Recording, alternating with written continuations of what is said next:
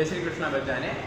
आज आपणे नवमा धोरणનું व्याकरण प्रथमा 1 ધોરણ 9 એનો વ્યાકરણ વિષય છે। આગળનો આપણો સંજ્ઞા પ્રકરણનો જે પાઠ બાકી હતો એ આજે આપણે એને પૂરો કરીશું। બરાબર, નામ કયું છે પાઠનું? સંજ્ઞા પ્રકરણ। બરાબર, તમારો 6થા નંબરનો પાઠ છે વ્યાકરણની પુસ્તક। તો આપણે કાલે જોયેલું અણુદિત સવર્ણસ્ય ચ પ્રત્યયઃ એ સૂત્ર આપણે કાલે ભણી ગયેલા। આજે એ જ સૂત્રથી ફરી આપણે ચાલુ કરીએ અને આગળ ચાલીશું। બરાબર, તો કીધું કે અણુદિત સવર્ણસ્ય ચ પ્રત્યયઃ એટલે કે વૃત્તિ એની આપી છે તો કે પ્રતીયતે વિધીયતે ઇતિ પ્રત્યયઃ। તો કે જે પ્રત્યયની અહીંયા વાત કરી છે કે સૂત્ર દ્વારા યસ્ય વિધાનમ ભવતિ સહ પ્રત્યયઃ, સૂત્રના દ્વારા જેનું વિધાન થાય છે એને પ્રત્યય કહેવામાં આવે છે। અવધીયમાનો અણુદિત ચ સવર્ણસ્ય સંજ્ઞા ભવતિ, તો કે અવધીયમાન જે અણ છે એ ઉદિત છે એની સવર્ણ સંજ્ઞા એવું થાશે। સવર્ણ સંજ્ઞા એટલે શું કીધું આપણે? નામ। આપણે આગળ જોયેલું ને કે સંજ્ઞા એટલે નામ। આમાં લગભગ બધાની સંજ્ઞા એટલે કે નામ જ પાડવામાં આવ્યા છે, માટે આ પ્રકરણનું નામ શું છે? સંજ્ઞા પ્રકરણ, એટલે કે નામનું પ્રકરણ। બધા અલગ અલગ વ્યાકરણમાં જે નામ કીધેલા છે એ બધા નામની અહીંયા વાત કરવામાં આવી છે। તો કે સવર્ણ સંજ્ઞા સ્યાત, એની સવર્ણ સંજ્ઞા થશે શેની? તો કે અવધીયમાન જે અણ છે એને એ ઉદિત છે, એ ઉદિતની બધાની સંજ્ઞા સવર્ણ સંજ્ઞા એવું થશે। અત્રૈવ અણ પરેણ નકારેણ, એટલે કે અહીંયા જે પર નકારની વાત કરી છે તો કે કયો પર નકાર? તો કે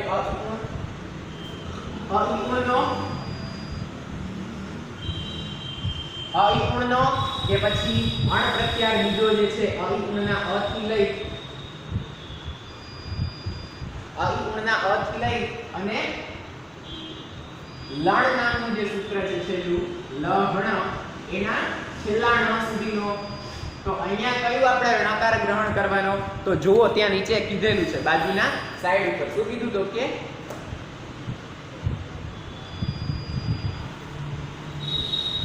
વિકાર ણકાર પર્યંતસ્ય દ્વિતીય ણકાર પર્યંતસ્ય બોધકોયમ ણકારઃ। તો કે દ્વિતીય ણકાર બીજા નંબરનો, દ્વિતીય એટલે કે બીજો ણકાર, એટલે પહેલો ણકાર કયો? તો કે અણ પ્રત્યારમાં સૌથી પહેલો ણકાર આવે છે એ અઈપુણનો ણ છે ઈ, પરંતુ આપણે એ ણકારને ગ્રહણ કરવાનો નથી। આપણે કયો ણકાર ગ્રહણ કરવાનો છે? તો કે આ સૂત્રમાં કીધું છે કે દ્વિતીય ણકાર પર્યંતમ બોધવ્યમ, એટલે કે દ્વિતીય બીજો ણકાર જે છે લણ સૂત્રના અણ સુધીનો જે ણકાર છે બીજો ણકાર, એ ણકાર સુધી આપણે એનો અર્થ ગ્રહણ કરવાનો છે। બરાબર, આગળ જોઈએ આપણે તો શું કીધું? તો કે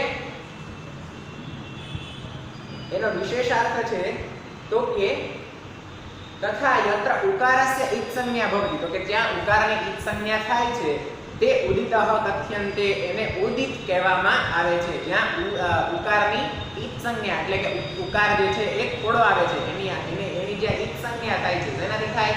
તો કે એક ઇત સંજ્ઞા થાય છે એટલે એને ઉદિત કહેવામાં આવે છે, એને બધાને ઉદિત કહેવામાં આવે છે। અને અણ ઉદિતઃ સવર્ણસ્ય ચ પ્રત્યયઃ એ સૂત્ર આપણે અહીંયા ભણ્યા અને એ સૂત્ર અહીંયા પૂરું થઈ ગયું। એના ઉદાહરણ થોડા જોઈએ તો કીધું કે અણ તથા ઈણ પ્રત્યાહારસ્ય પ્રકારદ્વયમ અસ્તિ। અને અહીંયા જુઓ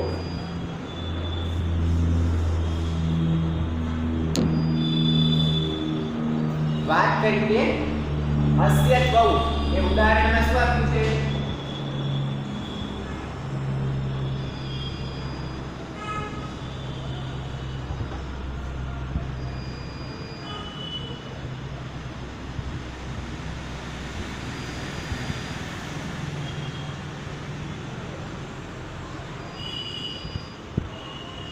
અસ્ય ત્વૌ એ ઉદાહરણ એ છે અણુદિત સવર્ણસ્ય ચ પ્રત્યયથી લઈને એ ઉદાહરણ એનું જે છે એ સફળ થાય છે। અસ્ય ત્વૌ શું કામ? તો કે અણનો જે અ છે એ આગળ લીધો છે, માટે અહીંયા જે છે એ અને આગળ ત્વૌ એટલે કે ચ અને ઉ આ બે બંને અહીંયા તો દ્વિતીય વચન વાપર્યું છે, માટે અહીંયા જે અણનું જે ઉદાહરણ આપ્યું છે એ અહીંયા સિદ્ધ થાય છે। બરોબર, અસ્ય ત્વૌ એ પણ એક સૂત્ર જ કીધેલું છે। અસ્ય ત્વૌ નામનું સૂત્ર છે તમારે આગળ ભણવામાં આવશે। બરોબર, આગળ જોઈએ તો કે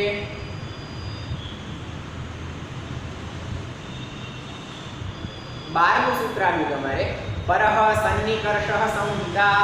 એ સૂત્ર છે ઉચ્ચારણ પ્રમાણે થશે પરહ સન્નિકર્ષઃ સંહિતા એની વૃત્તિ જોઈએ તો કે વર્ણાનામ અતિશયિતઃ સન્નિધિ સંહિતા સંજ્ઞા સ્યાત. તો અહીંયા પણ સંજ્ઞા સૂત્ર જ છે. શેની સંજ્ઞા કરે છે તો કે સંહિતા એવી સંજ્ઞા કરે છે.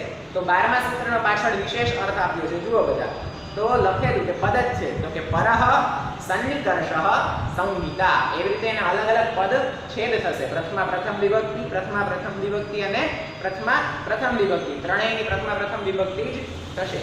સૂત્ર છે પ્રકાર તો કે સૂત્રનો પ્રકાર કયો છે? સંજ્ઞા. સંજ્ઞા સૂત્ર છે. આ નામ કરે છે ને કયું છે? સંહિતા સંજ્ઞા. જો લખેલું છે સંહિતા સંજ્ઞા ભવતી એટલે કે સંહિતા નામ એવું નામ પાડે છે આ જે છે એ સૂત્ર.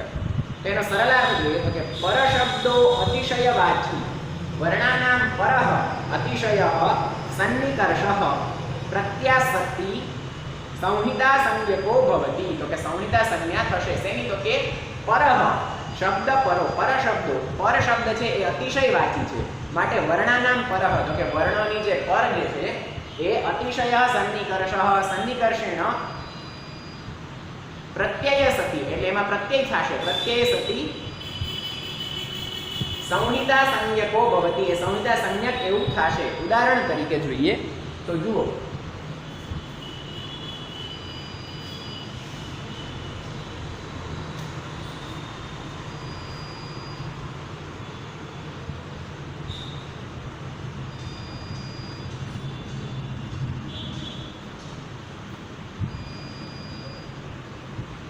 અહીંયા કીધું કે દધી ધન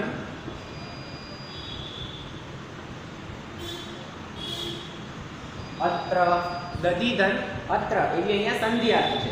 તો અહીંયા આ બે સંધિને જ્યારે આપણે જોડીશું એનું જોડાણ કરીશું તો દધીધન અત્ર ઇઝ ઇક્વલ ટુ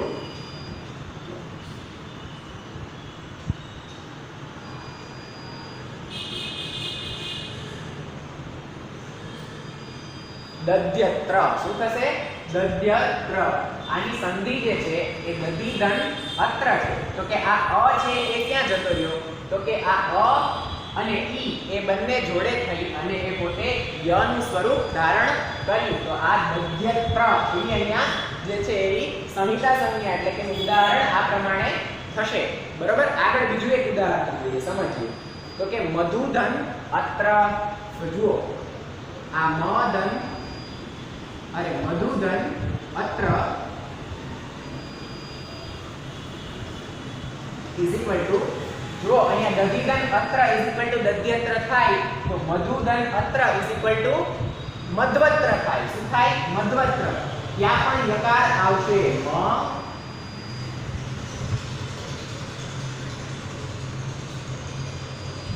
મધ્વત્ર તો છે ને મધુધન અત્ર. અહીંયા જે વકાર આવ્યું અહીંયા યકાર આવ્યું. તો આ શેનાથી આવે છે? આ બધી જોડાણ શેનાથી થાય છે? તો કે સન્નિકર્ષ સંહિતા. એ સંહિતા નામની સંજ્ઞા છે એ આ પ્રમાણે થશે અને એના ઉદાહરણ આ છે. એનાથી એ થાય છે. આ સૂત્ર જે છે પરઃ સન્નિકર્ષ સંહિતા એ સૂત્ર દ્વારા આ થાય છે. એનું રૂપ સિદ્ધ થાય છે.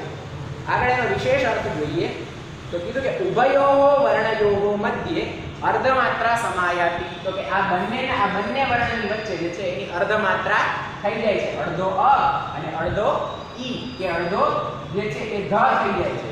તો ધ માંથી ઈ નીકળી જશે એટલે ધ અડધો થઈ જશે. તો કે અડધી અડધી જે માત્રા થઈ જાય છે એ સન્નિકર્ષ દ્વારા થાય છે. તો કે ઉભયોઃ વર્ણયોઃ અર્ધમાત્રા સમાયાતિ. અડધી અડધી માત્રા આવી જશે બંનેમાં. ઉભયોઃ એટલે કે બંને વર્ણમાં. અને અતઃ અત્ર અત્યંત સામીપ્ય કારણેન એટલે કે અતઃ એટલે કે એટલા માટે, અત્ર એટલે કે અહીંયા સામીપ્યાર્થે. જો અહીંયા સમીપ થઈ ગયા ને બંને દધીધન અત્ર વચ્ચે આ એક હતું એ નીકળી ગયું અને શું આપણે બનાવ્યું તો કે દધ્યત્ર. અડધી અડધી માત્રા બે છે એ જોડાઈ ગઈ અને દધ્યત્ર એવું રૂપ સિદ્ધ થયું. તો એ રૂપ શેનાથી સિદ્ધ થયું? તો કે પરઃ સન્નિકર્ષ સંહિતાથી. અને સંહિતા સંજ્ઞા કથ્યંતે. અને સંહિતા સંજ્ઞા કહેવાય કે અડધી અડધી માત્રા જે છે એ જોડાઈ અને એક આખું જે છે એ બની જાય. એને સામીપ્ય કારણે નથી, બાજુ બાજુમાં એકદમ સામીપ્ય થઈ જાય એને આપણે શું કહીશું? તો કે સંહિતા સંજ્ઞા કહીશું. જે બંને આ બંનેની દૂરી છે એ મટી જાય છે અને સામીપ્યત્વ પ્રાપ્ત થાય છે. તો એને આપણે સંહિતા સંજ્ઞા કહીશું. બરાબર. સંહિતા સંજ્ઞા. હવે આગળ જોઈએ આપણે. આગળ કીધું કે હલોનંતરાહ સંયોગઃ 13મું સૂત્ર આવ્યા હલોનંતરાહ સંયોગઃ એની વૃત્તિ જુઓ તો કે અજભિહિ એટલે કે અચભિહિ અવ્યય વિહિતાહ હલઃ સંયોગ સંજ્ઞા સ્યુ એટલે કે હલ જે છે એ સંયોગ એની સંજ્ઞા થશે તો આ પણ એક સંજ્ઞા સૂત્ર જ કીધું છે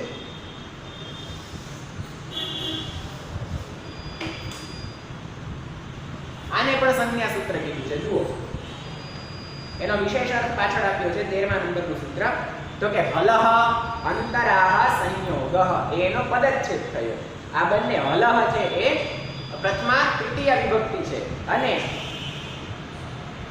અંતરાહ છે એ પ્રથમા તૃતીય એ પણ પ્રથમા તૃતીય છે સંયોગ છે એ માત્ર પ્રથમ વિભક્તિ થશે પછી આગળ જોઈએ સૂત્ર પ્રકાર આ વિભક્તિ પણ તમારે આગળ ભણવામાં આવશે એટલે એમાં પણ થોડું ધ્યાન આપવાનું સૂત્ર પ્રકાર હતો સૂત્ર પ્રકાર કયો છે કે સંયોગ સંજ્ઞા તો આ પણ સંજ્ઞા સૂત્ર જ છે જે સંજ્ઞા ચ પરિભાષા ચ વિધિર્નિયમ એવ ચ આપણે 6 જે એના પ્રકાર જોયા હતા એમાંનો આ એક પહેલો જ પ્રકાર આપ્યો છે કયો તો કે સંજ્ઞા તો સંજ્ઞા કઈ સંજ્ઞા કરે છે તો કે સંયોગ સંજ્ઞા કઈ સંજ્ઞા કરે છે હલોનંતરા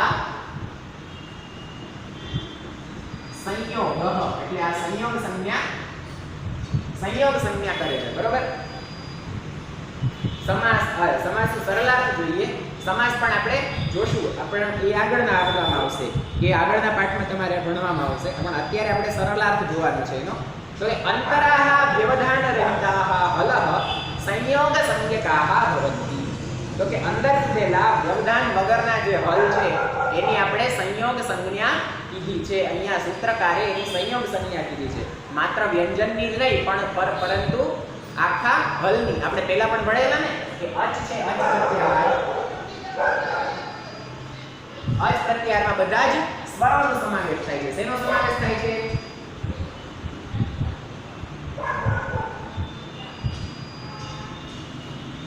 અચ પ્રત્યાહારમાં બધા સ્વરો છે કયા આપણે જોયા હતા ને અ ઉ ઋ એ ઓ ઐ ઔચ તો એ ઔચ અન અયુણના અ અને ઔચના જ સુધી અચ પ્રત્યાહાર રહે છે તો એ બધા સ્વર છે અને હલ પ્રત્યાહાર જે છે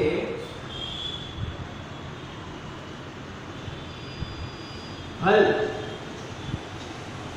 તો એ હલ પ્રત્યાહારમાં શું છે બધા વ્યંજનો છે વ્યંજનો એના બધા વ્યંજનો છે હલ પ્રત્યાહારમાં આવી જાય છે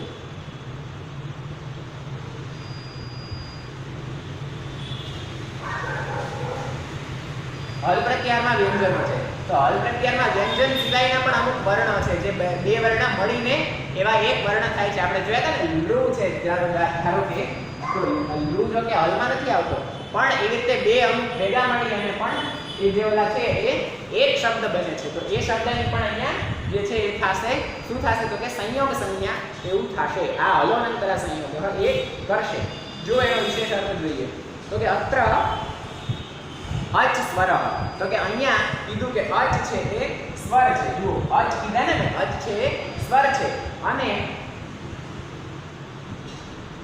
વર્ણસ્ય વ્યવધાન રહિત હલ તો કે વર્ણમાં કોઈ વ્યવધાન નથી આવતું વર્ણમાં કોઈ બાધા નથી આવતી એવો હલ જે છે એટલે કે એ વ્યંજન એ બધા વ્યંજનો છે પછી વર્ણાનામ સંયોગ સંજ્ઞા ભવતી તો કે એ બધા વર્ણોની સંયોગ સંજ્ઞા થશે આ હલની યયો વર્ણયોઃ મધ્યે સ્વરવર્ણાનામ વ્યવધાનઃ ન ભવતિ તો કે જે વર્ણની અંદર સ્વરનો વ્યવધાન થતો નથી તો એ બધાની જે છે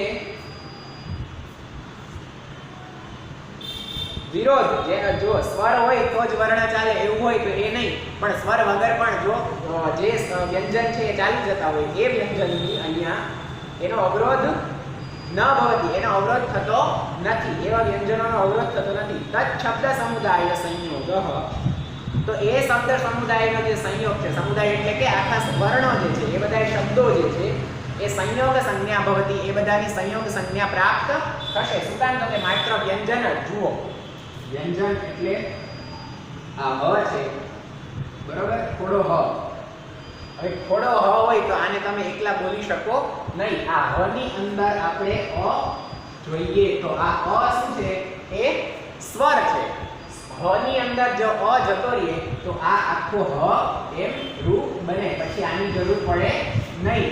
આખો અ જોઈ આપણે તો અંદર શું જોઈ? એની અંદર અ નામનો સ્વર જે હોય એ રહેલો છે. હવે અ નામનો સ્વર અંદરથી વયો જાય તો આ છે એ ઈક સંજ્ઞા થઈ જાય, એટલે કે ખોડો થઈ જાય. તો આ ખોડો થઈ જાય એની અહીંયા આપણે સંયોગ સંજ્ઞા કીધી છે. તો એક ખોડો જેમ થઈ જાય એની સંયોગ સંજ્ઞા અહીંયા દર્શાવવામાં આવી છે. જુઓ ઉદાહરણ તરીકે આપણે જોઈએ, નીચે લખેલું છે કે વ્યવધાનમ સદા વિજાતીયાનામ એવ ભવતિ. તો કે વ્યવધાન અહીંયા જે બાધા કીધી એ હંમેશા માટે એનું જે વ્યવધાન જે છે એ સજાતીયમાં જ થશે. એનું વ્યવધાન ક્યારે થશે? તો કે સજાતીય હોય ત્યારે જ એનું વ્યવધાન થશે. જો વિજાતીય હોય તો વિજાતીય શબ્દાનામ ન ભવતિ, વિજાતીય હોય તો એનું થશે નહીં, એનું એક વ્યવધાન છે થશે નહીં. અત્ર અવધેયમ યત પ્રત્યેક હલ એટલે કે પ્રત્યેક વ્યંજન વર્ણસ્ય સંયોગ સંજ્ઞા ન ભવતિ. તો કે એ અહીંયા એક છે વિશેષ જોવાની વાત છે કે દરેક હલ છે, દરેક વ્યંજન છે એની સંયોગ સંજ્ઞા થશે નહીં. દરેક વ્યંજન કીધા, હલ એટલે બધા વ્યંજન આવી જાય. હલની અંદર બધા જ વ્યંજનોનો સમાવેશ છે, મેં તમને કીધું ને. તો અહીંયા માત્ર એમ કીધું કે પ્રત્યેક હલ એ તો બધાની સંયોગ સંજ્ઞા થશે નહીં. તો કે કિંતુ સંપૂર્ણ હલ સમુદાયસ્ય એવ સંયોગ સંજ્ઞા ભવતિ.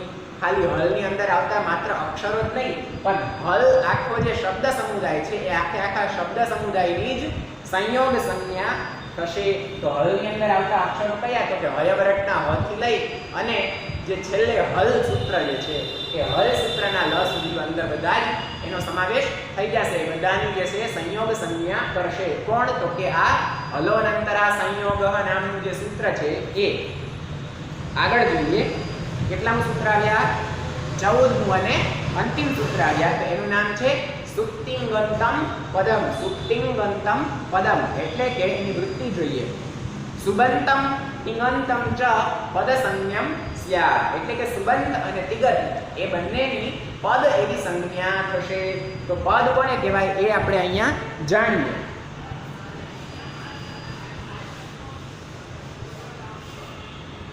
તો જુઓ બધા અંદર લખેલું છે બાજુના પત્તા ઉપર સરળાર્થ. એનો પદ જ છે જોઈએ સુબંતમ અને સુબંત તિંગંતમ અને પદમ. તો એ છે પ્રથમ વિભક્તિ અને બીજી પણ પદમ છે એની પણ પ્રથમ વિભક્તિ છે. સૂત્ર પ્રકાર. સૂત્રનો પ્રકાર કયો છે? તો કે અહીંયા પદ એવી સંજ્ઞા કરે છે એટલે આ સંજ્ઞા સૂત્ર છે. પછી એનો સરળાર્થ જોઈએ તો કે સુબંતમ તિગંતમ ચ શબ્દરૂપમ પદસંજ્ઞમ ભવતિ. તો કે સુબંત અને તિગંત જે શબ્દરૂપ છે એ બધાની પદ એવી સંજ્ઞા થશે. કઈ સંજ્ઞા થશે? પદ એવી સંજ્ઞા થશે. દાખલા તરીકે કોઈ નામ લીધું આપણે તો એનું નામ શું છે? તો કે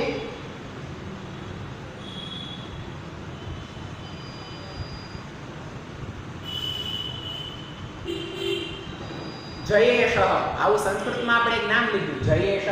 તો આ છે એ કયું છે? તો કે સુબંત. અને આને કહેવાય શું? તો કે જયેશ ઈ એક પદ થયું. શું થયું?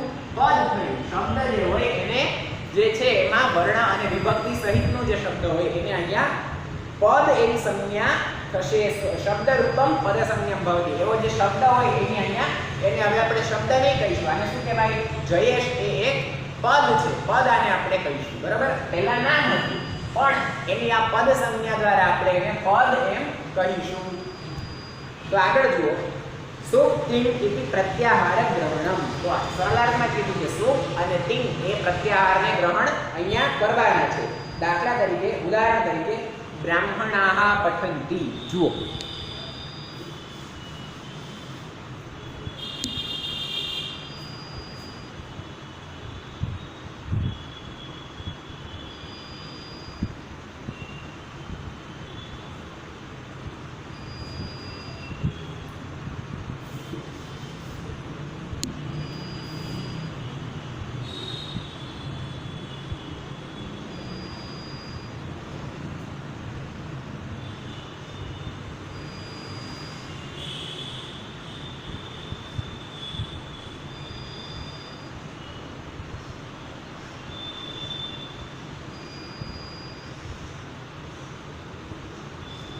બ્રાહ્મણાહ પઠંતિ આ એક પદ થયું. બરાબર? બ્રાહ્મણાહ પઠંતિ. હવે આ બ્રાહ્મણાહ છે એ એટલે બ્રાહ્મણાહ એટલે કે બ્રાહ્મણો અને પઠંતી એટલે કે ભણે છે. તો ભણે છે એ છે એક ક્રિયા થઈ, ક્રિયાપદ થઈ, એ ધાતુ થયો, કરવાની ક્રિયા થઈ. તો અહીંયા આપણે જોઈએ કે આ બ્રાહ્મણાહ એ નામ છે, તો એ શબ્દ નામ શું થશે? તો કે એને સુબંત કહીશું આપણે.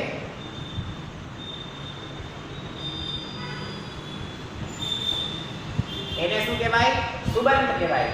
અને આ પઠંતી તો એ ધાતુ છે. પઠંતી ધાતુ એટલે કે કરવાનો રૂપ, જે ક્રિયા આવે છે એને બધાને ધાતુ કરે છે. પઠંતી, લિખંતી, ભણે છે, લખે છે, બોલે છે, રમે છે, કરે છે, એ બધી જે છે એ બધાય એ ધાતુમાં આવે અને એને આપણે કહીશું એ તિગંત કહીશું. તો લગભગ બધા જ સુબંત અને તિગંતમાં જે છે એ માર થાય, પણ સુબંતમાં જે હોય એને નામ અને પદ હોય એને બધાને સુબંત કહેવાય અને જે ધાતુઓ હોય એ બધાને તિગંત કહેવામાં આવે છે. એને શું કહેવાય? તિગંત.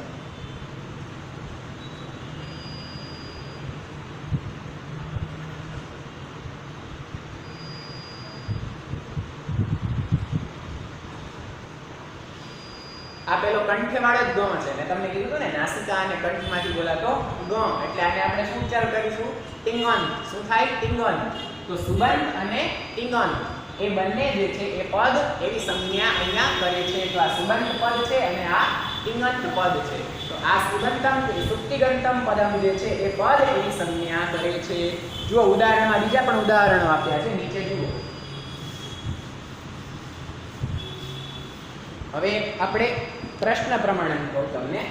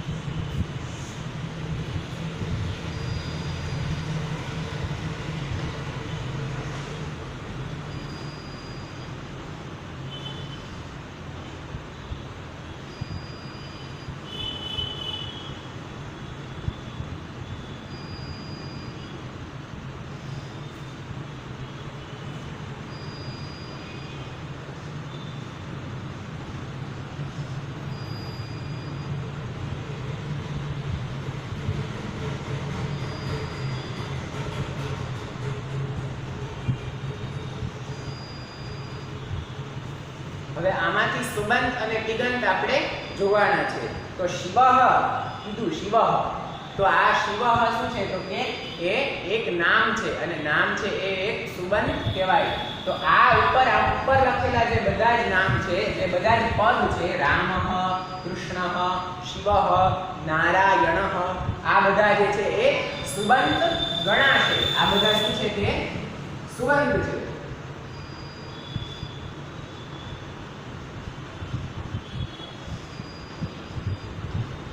આને આપણે સુબંત કહીશું. પરંતુ આ નીચે આપેલા જે ક્રિયા છે, ક્રિયાઓ જરૂરી છે, ધાતુઓ છે, ખાદ ધાતુ છે તો એનું ખાદતી, લીખ ધાતુ છે તો એનું લીખતી, પઠ ધાતુ છે તો એનું પઠતી, હસ ધાતુ છે તો એનું હસતી.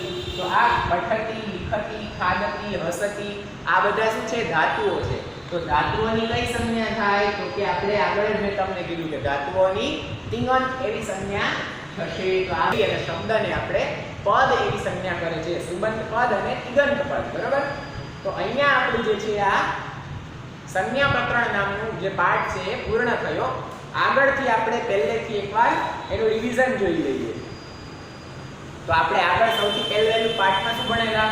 તો કે મંગલાચરણ, લઘુ સિદ્ધાંત કૌમુદી, વરદરાજાચાર્યએ લખેલી લઘુ સિદ્ધાંત કૌમુદીનું મંગલાચરણ જે છે, નત્વા સરસ્વતીમ દેવીમ શુદ્ધાંગુણ્યામ કરોમ્યહમ પાણિનીય પ્રવેશાય લઘુ સિદ્ધાંત કૌમુદી, એ મંગલાચરણ આપણે ભણેલા. પછી એનો જે ભાવાર્થ એ આપણે જોયો અને છેલ્લે બીજા નંબરમાં આપણે એને ચતુર્દશ સૂત્રો, તો કે મંગલાચરણના છેલ્લે અને પાઠના બીજા નંબરમાં આપણે ચતુર્દશ સૂત્રાણી એટલે કે માહેશ્વર સૂત્રો, મહેશ્વરે જે શંકર ભગવાને જે ડમરું વગાડ્યું અને ડમરામાંથી ડમરૂમાંથી આપણે 14 સૂત્ર નીકળ્યા ને પાણીની મુનિએ એની ઉપરથી આખા વ્યાકરણ શાસ્ત્રની રચના કરી. તો એ 14 સૂત્ર જોયા.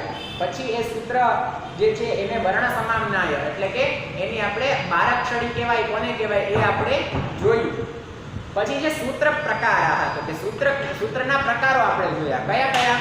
તો કે સંજ્ઞા ચ, પરિભાષા ચ, વિધિર્નિયમ એવ ચ, અતિદેશોધિકારશ્ચ, ષડવિધમ સૂત્ર લક્ષણમ. તો આ બધા સૂત્રના આપણે લક્ષણ જોયા. કેટલા પ્રકારના છે? તો કે 6 પ્રકારના છે. કયા કયા? તો કે સંજ્ઞા, પરિભાષા, વિધિ, નિયમ, અતિદેશ અને અધિકાર સૂત્રમ. આ બધા સૂત્રના પ્રકાર કીધા. પછી આપણે આવ્યા એ હલંત્યમ.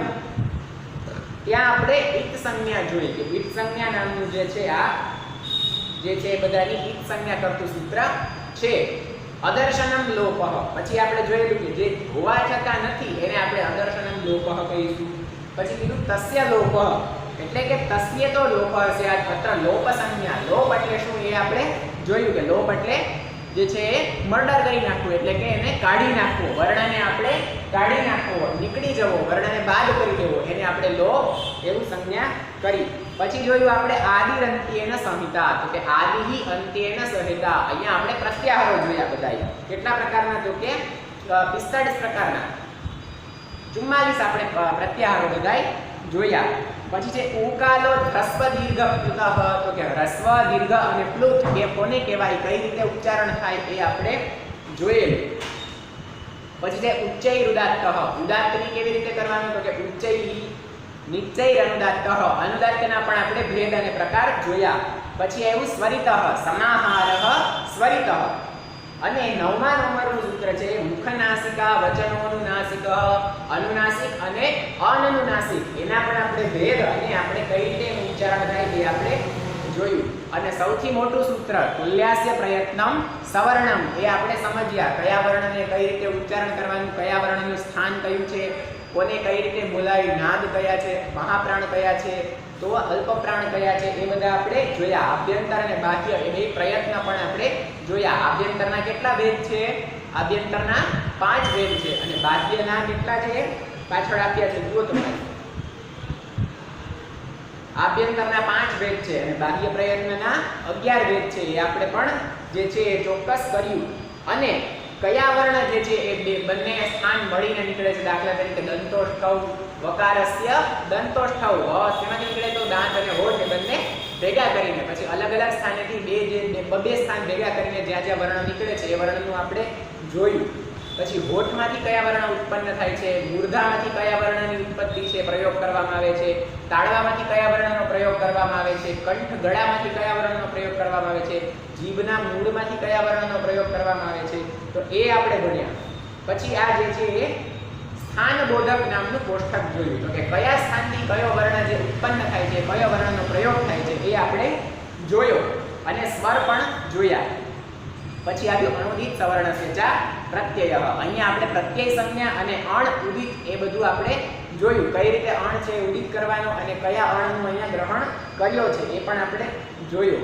પછી જે પરહ સન્નિકર્ષ સંહિતા જે આપણે હમણાં ભણ્યા. તો કે સન્નિકર્ષ સંહિતા. તો અહીંયા જે છે પરહ એટલે કે પર હોય એની સંહિતા સંજ્ઞા થાય છે એ આપણે જોયું. વર્ણની પરે રહેતા એ બધા એની સંહિતા સંજ્ઞા કરવામાં આવી છે. પછી આવ્યું હલોનંતરા સંયોગ. અહીંયા આપણે સંયોગ સંજ્ઞા જોઈ કે બંને બે પદ હોય એ બંનેને ભેગા કરી અને વચ્ચે અડધી અડધી માત્રા કપાઈ જાય અને બંને એ છે એની સંયોગ સંજ્ઞા થાય. પછી જોયું સુબંતમ તિગંતમ ચ પદ સંજ્ઞમ સ્યાત. સુપ્તિગંતમ પદમ એ સૂત્ર જોયું. તો એની પણ પદ એવી સંજ્ઞા જોઈ આપણે. સુબંત પદ અને તિગંત પદ. સુબંત છે એ બધાય શું છે? એ બધાય પદ અને નામો, અક્ષરો અને શબ્દો છે. અને તિગંત છે એ બધાય ક્રિયાઓ છે, બધાય ધાતુઓ છે. શું છે? ધાતુઓ. તો એ આપણે અહીંયા ક્લિયર કર્યું. તો સુબંતમ તિગંતમ ચ પદ સંજ્ઞમ સ્યાત. અહીંયા તમારું જે છે એ પૂર્ણ થાય છે. આ હવે આગળ આપણે લેસનમાં જોઈએ. આગળનો એક આપણે આ કોષ્ટક છે એને સરખી રીતે આપણે જોઈ લઈએ. જુઓ નીચે તમારો કોષ્ટક આપ્યો છે ને 33મા નંબરના પાના ઉપર. તો એ કોષ્ટકને આપણે જોઈ લઈએ. પછી હું તમને હોમવર્ક આપીશ, એ તમારે ઘરેથી કરીને આવવાનું અથવા ઘરે લખવાનું રહેશે. બરોબર? જુઓ કોષ્ટક જોઈએ. તો અહીંયા આપણે જોયું કે ક વર્ગમાં ક વર્ગ કોને કહેવાય? તો ક વર્ગ. મેં તમને કીધા હતા ને વર્ગ સમજાવ્યા હતા આગળના દિવસે. એ જ એનો જ અહીંયા કોષ્ટક આપેલો છે. એને આપણે સમજીએ. બરોબર? ક વર્ગ. તો અહીંયા ક વર્ગ કીધો. પછી બીજો છે એ ચ વર્ગ.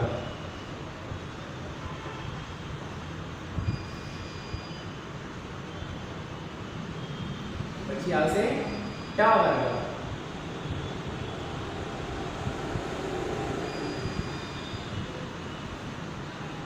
પછી આવશે ત વર્ગ.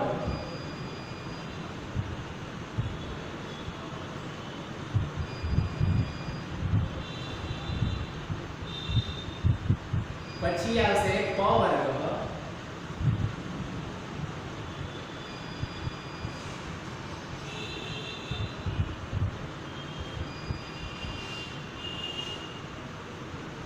અંતિમ છે પ વર્ગ છે. બરોબર?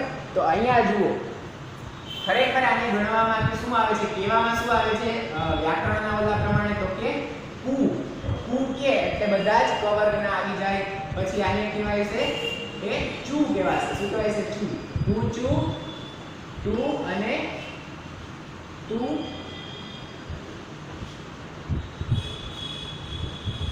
કુ. એટલે આ આખું જે છે એને કેવી રીતે બોલાય? તો કે કુચુ ટુ ટુ કુ.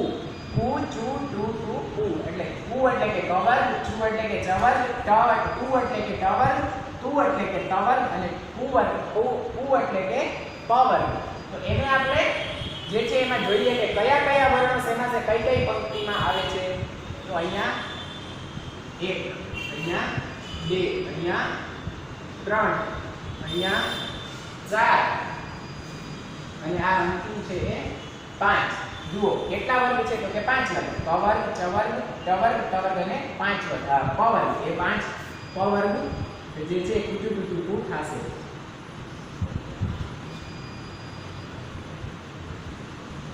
તો અહીંયા 5 વર્ગ છે. 5 પંક્તિમાં કયા કયા આવશે? તો કે લાઈનસર જોઈએ. તો કે ક વર્ગમાં કયા કયા અક્ષરો વર્ણો છે, વ્યંજનો કીધા? તો કે ક,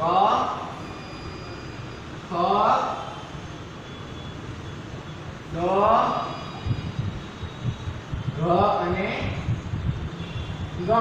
આ ગ મેં તમને કીધું હતું કેવો છે? તો કે અનુનાસિક. કોઈ પણ વર્ગના છેલ્લા અક્ષરો બધાય અનુનાસિક કહેવામાં આવે છે. ક વર્ગમાં આ બધા આવશે ક, ખ, ગ, ઘ, ગ.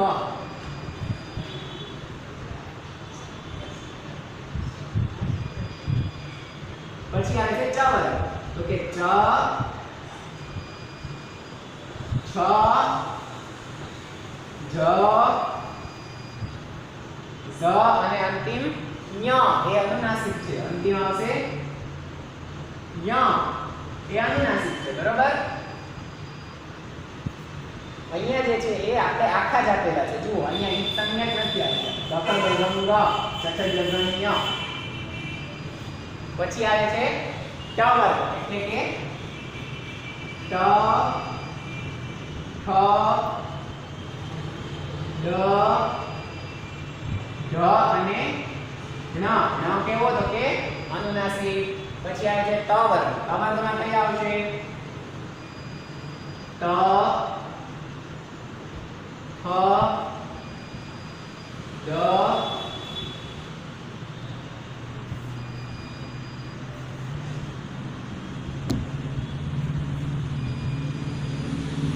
અને ન. આ ન પાછો અનુનાસિક છેલ્લો વર્ણ. પછી આવે છે પ વર્ગ. તો પ વર્ગમાં કઈ આવે? તો કે પ, પ, પ, બ, ભ અને મ. મ પાછો અનુનાસિક. તો આ છેલ્લા જે પાંચમી પંક્તિમાં આવતા વર્ણ જે છે એ બધાય અનુનાસિક કીધા. કેવા કીધા? અનુનાસિક. અને આ બધા જે છે એ બધાય અલગ અલગ એના સ્થાન જોયા હતા આપણે. કે ક નો કંઠમાંથી, ચ નો જે છે એ આપણે મૂર્ધામાંથી, આ દંતમાંથી, પછી આ પ નો છે એને હોઠમાંથી. એ બધા અલગ અલગ આપણે એના સ્થાન જોયા હતા. સ્થાન કોષ્ટક પણ તમારે પાછળ આપેલું છે જે કાલે આપણે વિડિયોમાં સમજેલા. બરોબર? તો આ પ્રમાણે આ વર્ગ છે ક વર્ગ કે કુ વર્ગ કે કુ માં કુ કે કોઈ એટલે કહેવાનું કે ક વર્ગના કયા? તો કે આ 5 કયા 5? તો કે ક ખ ગ ઘ ङ ગ એ 5 ક વર્ગના. પછી ચ છ જ ઝ ઞ એ શેના? તો કે એ ચ વર્ગના. ચુ એ ચ વર્ગના. પછી આવે છે ટ વર્ગના કયા કયા? તો કે ટ ઠ ડ ઢ અને ણ એ બધાય ટ વર્ગના. પહેલા અક્ષરોથી આ ઓળખાય છે. જુઓ ક આમાં આ પાંચમાં આ ક વર્ગમાં સૌથી પહેલો વર્ણ છે એ ક છે, તો એને આપણે ક વર્ગ કહીશું. પછી ચ છ જ ઝ ઞ એ પાંચમાં પહેલો અક્ષર છે એ ચ છે, તો આપણે એને ચુ વર્ગ કહીએ છીએ. એવી જ રીતે અહીંયા ટુ ટુ અને કુ, તો ટ વર્ગ ત વર્ગ અને પ વર્ગ.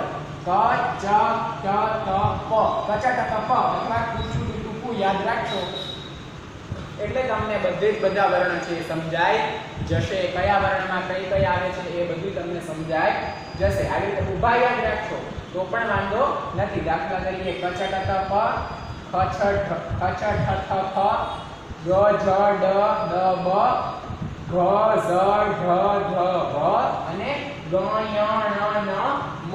એ રીતે ઊભા યાદ રાખો તો પણ વાંધો નથી. પણ ક વર્ગ કહે એટલે પહેલા આ 5, ચ વર્ગ કહે એટલે પહેલા આ 5, પછી ટ વર્ગ કહે એટલે પહેલા આ 5. એવી રીતે બંનેમાં ટ અને ત વર્ગમાં પણ 5 5 લઈ લેવાના. બરાબર? તો અહીંયા એ કોષ્ટક આપણે જોયું. આગળ લેશન જોઈએ. પાઠ પૂર્ણ થયો તમારો. તો લેશનમાં આ જે તુલ્યાસ્ય પ્રયત્નમ સવર્ણમ છે એ બરોબર સારી રીતે નોટમાં ઉતારવાનું અને જ્યાં જ્યાં સ્થાન કીધું છે એ બધાય કુચુ ટુચુ કુ એ પાંચે પાંચ વર્ગના નામ, એના સ્થાન અને જે તમારું કોષ્ટક આપેલું છે એ કોષ્ટક તમારે ચિતરવાનું, બુકમાં તમારે ચિતરવાનું અને લખવાનું રહેશે. બરોબર? તો અહીંયા આપણો આ પાઠ પૂર્ણ થાય છે. બધાને જય શ્રી કૃષ્ણ. બને તો આ તમારે સંજ્ઞા પ્રકરણના જે બધા સૂત્રો આપેલા છે, જુઓ કેટલા આપેલા છે, 14 જ સૂત્રો છે. તો એ કંઠસ્થ કરવાના, જેથી તમારે આગળ ભણવામાં ઉપયોગી થશે. 12મામાં અને કોલેજમાં આવશો ત્યારે આ બધું પાયાનું જ્ઞાન તમારે ઉપયોગી થશે. તો બધાને જય શ્રી કૃષ્ણ.